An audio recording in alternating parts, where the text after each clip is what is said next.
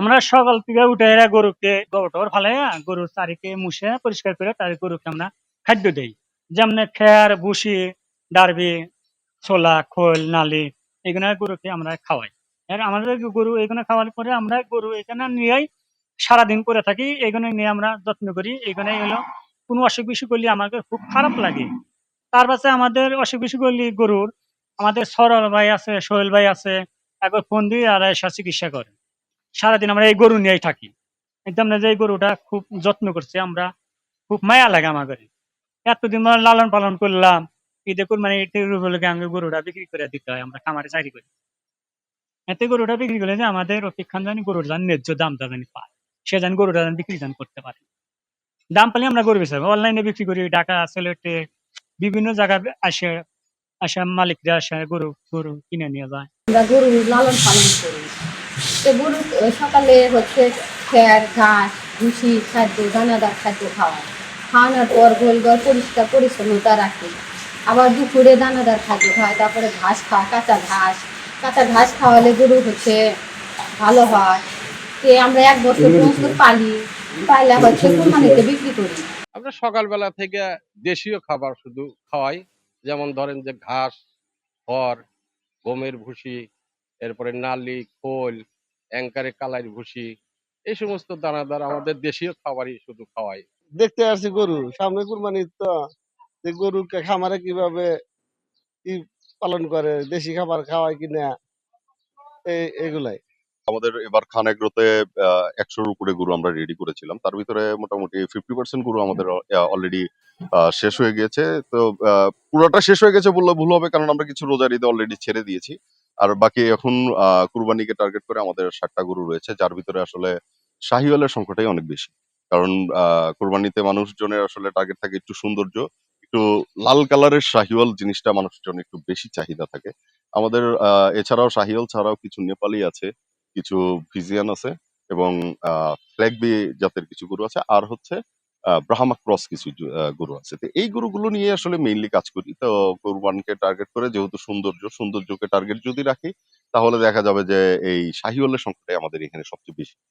তো অন্যান্য বারের তুলনায় বা এবার একটু খাবারের দাম আরেকটু বেশি, কারণ গতবারে যেরকম দেখা গেছে ভুসির দাম যে পরিমাণ ছিল, এবার বস্তাপ্রতি আরো 400 টাকা বেশি চলে এসেছে।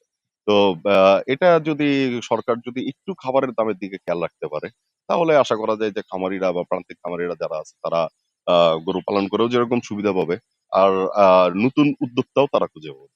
আর আরেকটা জিনিস যে প্রত্যেকবার যেটা বলি যে বর্ডার বন্ধ রাখা, বর্ডারের বর্তমানে বাংলাদেশে আমরা যে চাই ইটা আছে, আমাদের যে পরিসংখ্যান বলে, পরিসংখ্যান অনুযায়ী আমাদের যে পরিমাণ গরুর ডিমান্ড রয়েছে, সেই গরুগুলো বর্তমান বাংলাদেশেই আমাদের প্রস্তুত হচ্ছে। তাহলে আমাদের বাইরে থেকে গরু আনার প্রয়োজনীয়তা কিন্তু আমি দেখছি না।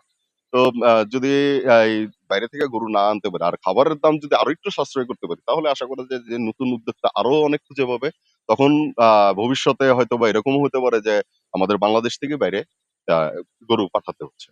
তো আর অন্যান্য বারের যেরকম গতবার যেরকম দামটা একটু রিজনেবল ছিল, যে ক্রেতারাও যেমন কিনে সুবিধা পেয়েছে, খামারি যারা ছিল তারাও বিক্রি করে সুবিধা পেয়েছে। এখানে প্রায় আমাদের এবার কোরবানির জন্য 6,17,000 সামথিং গরু ছাগল ভেড়া এগুলো মিলিয়ে গরু আছে 1,98,000 মতো। আমাদের সে চাহিদা প্রায় 2,93,000। আর আপনার আর বাদ বাকি যে 3,23,000 সামথিং এটা বিদেশের বিভিন্ন স্থানে চলে যাবে। আমরা আশা করতেছি যে এবার আসলে কয়েকদিন আগে মাননীয় প্রধানমন্ত্রী আমাদের মন্ত্রী মহোদয় যেটা প্রেস ব্রিফিং এ বলছে, এটা কিন্তু আমাদের টোটাল বাংলাদেশে আমাদের যে আছে 1,22,00,000 মতো গরু প্রস্তুত আছে। আমাদের বাংলাদেশ চাহিদা 1,22,00,000 সারপ্লাসও আছে।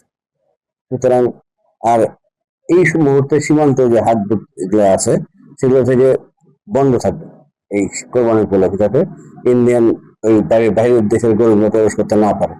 আমরা আশা করতেছি এবার খামারিরা তাদের গরু ন্যায্য মূল্য পাবে, এবং বর্ডারকেও করা আছে যে বিজিবি এবং প্রশাসনের মাধ্যমে গরু বাইরে থেকে না আসতে পারে। এবং আমি আশা করতেছি এবার গরু মানে ভালো দাম পাবে খামারিরা এবং প্রান্তিক খামারিরা। আর এটা এটা যে এইবার প্রায় সিরাজগঞ্জ জেলায় আমাদের প্রায় 3 থেকে 3,500 কোটি টাকার মতো এই গরু বিক্রি করে মানুষ এই অর্থনীতিতে অবদান রাখবে। আর আমরা এই বিভিন্ন হাটে, বড় হাটগুলো, ছোট হাটগুলোতে মেডিকেল টিম, তারপরে প্রশাসন, পুলিশ বিভাগের সহায়তায় আমরা এই টাকার মনিটরিং, হাটের নিরাপত্তা, গবাদি পশুর প্রাথমিক চিকিৎসার ব্যাপারে আমরা সচেতন আছি।